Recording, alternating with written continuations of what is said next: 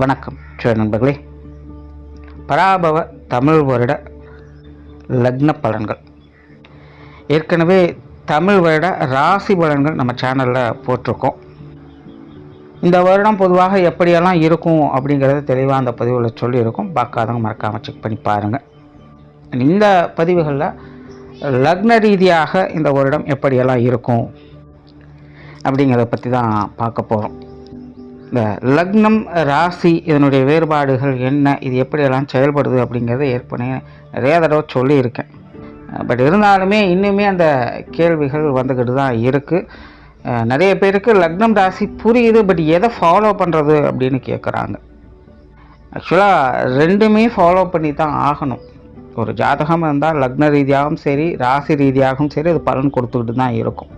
But என்னென்னா மேஜராக அதை ராசி ரீதியாக நம்ம அதை அக்செப்ட் பண்ணுவோம். லக்ன ரீதியான அந்த புரிதல்கள் அப்படிங்கிறதும் கொஞ்சம் குறைவு தான். ஸோ ராசி ஈஸியாக புரிஞ்சிக்க முடியாதனால அதை ஈஸியாக அக்செப்ட் பண்ணவும் செஞ்சிடும். பட் ஒரு ஜாதகம்னு எடுத்துக்கிட்டோம்னா அதில் லக்னம் ராசி மற்ற கிரக நிலைகள் எல்லாமே சேர்ந்து தான் வேலை செய்யும். அதனால் லக்னம் ஃபாலோ பண்ணுமா ராசி ஃபாலோ பண்ணுமா அப்படின்னு குழப்பலாம் வேண்டாம். ரெண்டையுமே ஃபாலோ பண்ணி ரெண்டில் இருக்கக்கூடிய விஷயங்களும் கம்பைன் பண்ணி பாருங்கள். உங்களுடைய நிலை எப்படி இருக்கும் அப்படிங்கிறது உங்களுக்கு கிளியராக புரிஞ்சிடும். ஸோ இந்த பதிவில் இந்த தமிழ் வருடம் லக்ன ரீதியாக எப்படி இருக்கும் அப்படிங்கிறத பற்றி தான் பார்க்க போகிறோம். மேற்கொண்டு பதிவை பார்க்கறதுக்கு முன்னாடி சேனலை சப்ஸ்கிரைப் பண்ணலைன்னா சப்ஸ்கிரைப் பண்ணிக்கோங்க.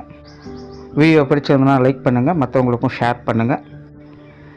இன்னொரு விஷயம், இந்த லக்ன பலன்கள் அப்படிங்கும்போது அங்கே கண்டிப்பாக பாசிட்டிவ் அண்ட் நெகட்டிவ் ரெண்டுமே கலந்த நிலைகள் தான் இருக்கும்.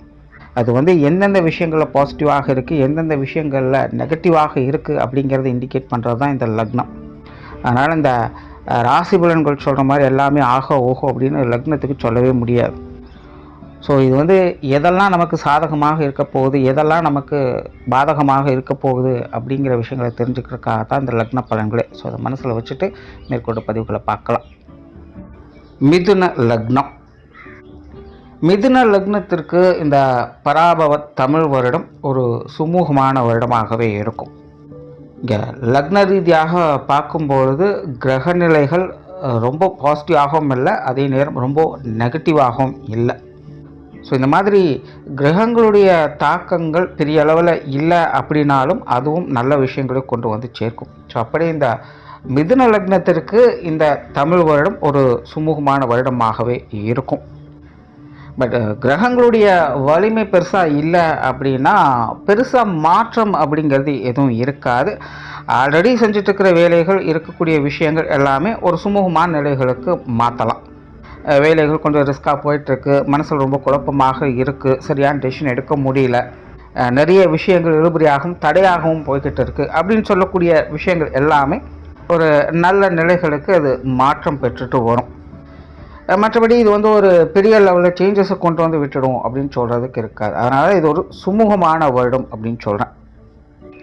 மிதுன லக்னக்காரங்க இந்த காலகட்டங்களில் கொஞ்சம் அளவுக்கு அதிகமாக பேசக்கூடிய திறன் என்பது அதிகரிக்கும்.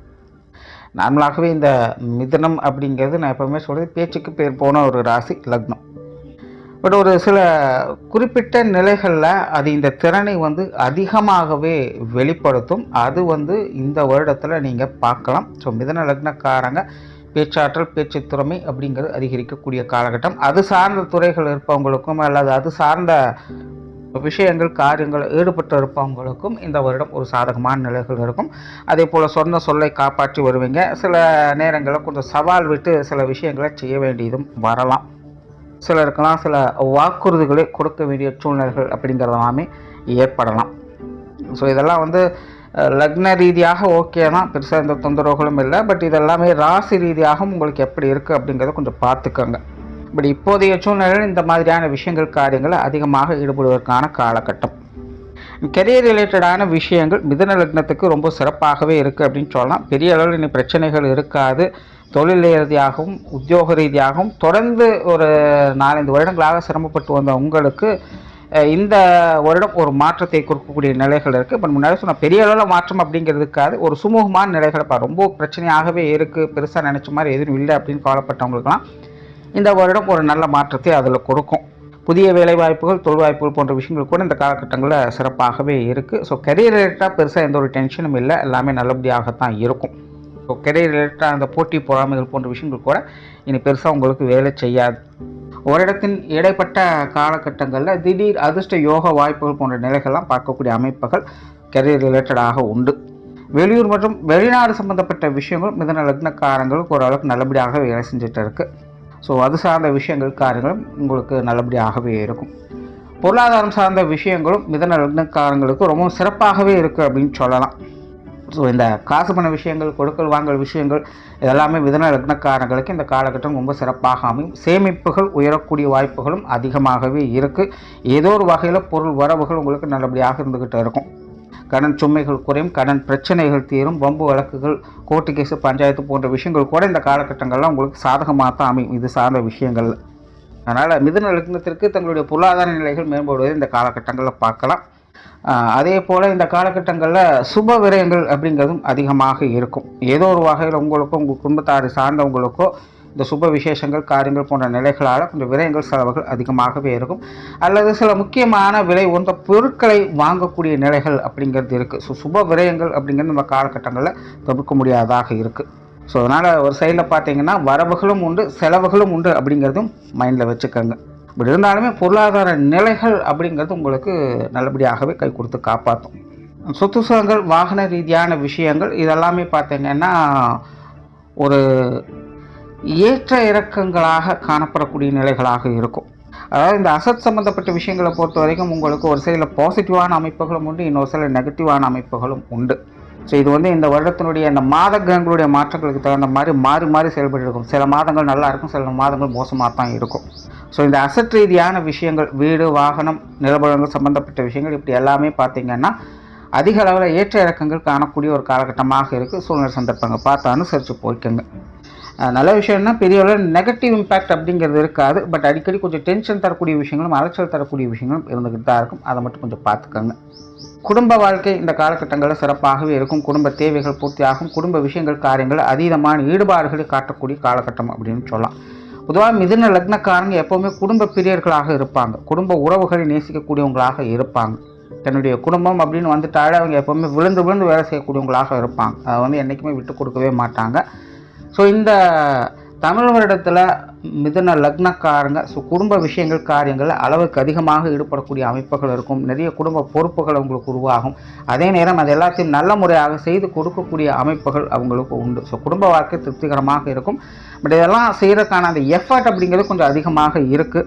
இதனால் அடிக்கடி கொஞ்சம் சோர்வுகள் போன்ற நிலைகள் அப்படிங்கிறது இருக்கலாம். ஸோ இந்த எஃபர்ட் போடுற விஷயங்கள் மட்டும் அளவுக்கு அதிகமாக போகாத கொஞ்சம் பார்த்துக்கோங்க. மற்றபடி குடும்ப விஷயங்கள், குடும்ப காரியங்கள் எல்லாமே சிறப்பாகவே இருக்கும். குடும்ப தேவைகள் எல்லா வகையிலுமே பூர்த்தியாகும். குடும்ப உறவுகளுக்குள்ளேயும் ஒரு சுமூகமான நிலைகளை இந்த காலகட்டங்களில் பார்க்கலாம். இன்னும் சொல்லப்போனால் அந்த குடும்ப உறவுகள் அப்படிங்கிறது கொஞ்சம் பட்டும்படாமல் தொட்டும் தொடாமல் தான் இருப்பாங்க. அதாவது விஷயங்கள், காரியங்கள் எப்படி எல்லாத்தையும் சரி பண்ணிப்பீங்க. ஆனால் குடும்ப உறவுகள் நிலைகளில் இந்த அசட் விஷயங்களுக்கு சொன்னதே தான். சில காலங்களுக்கு நல்லாயிருக்கும், சில காலகட்டங்கள் கொஞ்சம் பட்டுமுடாமல் தொட்டுமுடாமல் தான் செயல்பட்டு வருவாங்க. ஸோ சின்ன சின்ன சங்கடங்களை பெருசுபடுத்தாமல் இருங்க. முன்னாடியே சொன்ன மாதிரி அளவுக்கு அதிகமாக பேசக்கூடிய அமைப்புகளும் இருக்கிறதுனால தேவையில்லாத விஷயங்களை கொஞ்சம் அவாய்ட் பண்ணிக்கோங்க. இதுவே குடும்ப உறவுகளுக்குள்ளே பெருசாக சிக்கலாம் பார்த்துக்கலாம். பட் நல்ல விஷயம், பெரிய நெகட்டிவ் இம்பேக்ட் அப்படிங்கிறது கொடுக்க போகிறது இல்லை. சில நேரங்களில் கொஞ்சம் பட்டும்படாமலும் இருப்பாங்க. அதை மட்டும் கொஞ்சம் அனுசரித்து போய்க்கோங்க. திருமண அமைப்புகள், புத்திரவாக்கிய அமைப்புகள் அளவான நிலைகளில் செயல்பட்டு இருக்குது. முயற்சிகளுக்கேற்ற நல்ல முன்னேற்றங்களை பார்க்கலாம். திருமண வாழ்க்கை, கணவன் மனைவி உறவுகள், காதல் சம்பந்தப்பட்ட விஷயங்கள் இதெல்லாமே கூட ஒரு அளவான நிலைகள்லேயே இருக்குது. கொஞ்சம் அனுசரிப்பு தன்மையோடயே இருக்கும் அப்படின்னு சொல்லலாம். பட் ஓவர் எக்ஸ்பெக்டேஷன் அப்படிங்கிறத மட்டும் கொஞ்சம் குறைச்சிக்கோங்க. அதாவது இவங்களுடைய விஷயங்களை எதையும் எடுத்தவங்க ஊற்றோன்னு செய்ய முடியாது. எல்லாமே கொஞ்சம் பொறுமையாக தான் போகும். நிதானமாக இவங்களுடைய காரியங்கள், விஷயங்களை செயல்பட்டு வந்தால் நன்மைகளை எதிர்பார்க்கலாம். உற்றார் உறவினர்கள், நண்பர்கள் சம்மந்தப்பட்ட விஷயங்கள் பெருசாக எந்த ஒரு டிஸ்டர்பன்ஸும் இல்லை, எல்லாமே ஓகே தான். ஏதாவது பிரச்சனைகள், எதிர்ப்புகள் வந்தாலுமே அதை எல்லாத்தையும் அமைதியாக கடந்து போகக்கூடிய நிலைகள் தான் இருக்குது. ஸோ உறவினர்கள், நண்பர்கள் வகையில் பெருசாக எந்த ஒரு பிரச்சனையும் இருக்காது. மாணவர்களுக்கு கல்வி, வித்தை சம்பந்தப்பட்ட விஷயங்கள் சாதகமாகவே இருக்குது. மாணவர்களுடைய தேவைகள் பூர்த்தியாகும்.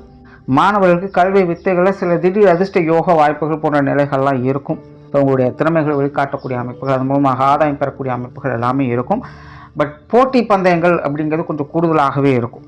அதாவது மாணவர்களை பொறுத்த வரைக்கும் எதையுமே ஒரு போட்டி போட்டு ஜெயிக்க வேண்டிய சூழ்நிலைகள் அப்படிங்கிற சுமூகமாக எல்லாம் அப்படியே வந்துடும் அப்படின்னு சொல்கிறதுக்கு இல்லை. எல்லாமே உங்களுக்கு முடிவுகள் நல்ல வெற்றியும் ஆதாயத்தையும் கொடுக்கக்கூடிய நிலைகள் தான் இருக்குது. பட் அதுக்கேற்ற அளவுக்கு நீங்கள் போட்டி போட வேண்டிய சூழ்நிலைகள் அப்படிங்கிறதும் இருக்குது. ஸோ இதை ஆரோக்கியமான வகையில் போட்டிகளை அமைச்சு கொள்ளுங்கள், நல்லதையும் எதிர்பார்க்கலாம். அண்ட் மிதுன லக்னத்துக்கு உடல்நலம் சார்ந்த விஷயங்கள் ஓரளவுக்கு நல்லபடியாகவே இருக்குது. பெருசாக எந்த தொந்தரவும் இருக்காது. இது வரைக்கும் ஏதாவது பிரச்சனைகள் இருந்தாலும் கூட அதெல்லாமே நிவர்த்தி பெறக்கூடிய தன்மையில் தான் இந்த வருடத்தினுடைய கிரக அமைப்புகள் இருக்குது. ஸோ உடல்நல ரீதியாக முன்னேற்றங்கள் பார்க்கக்கூடிய அமைப்புகள் இருக்குது. ஸோ ஓவராலாக மிதுனத்தை பொறுத்த வரைக்கும் இது ஒரு நல்ல ஆண்டாகவே இருக்குது. பெரும்பாலான விஷயங்களும் உங்களுக்கு சுமூகமாக தான் இருக்கும்போது பெரிய எந்த ஒரு ரிஸ்க்கும் இருக்காது. அதனால் இந்த வருடத்தை பொறுத்த வரைக்கும் உங்களுக்கு சாதகமாகவே இருக்குது. நன்றி, வணக்கம், வாழ்க வளமுடன்.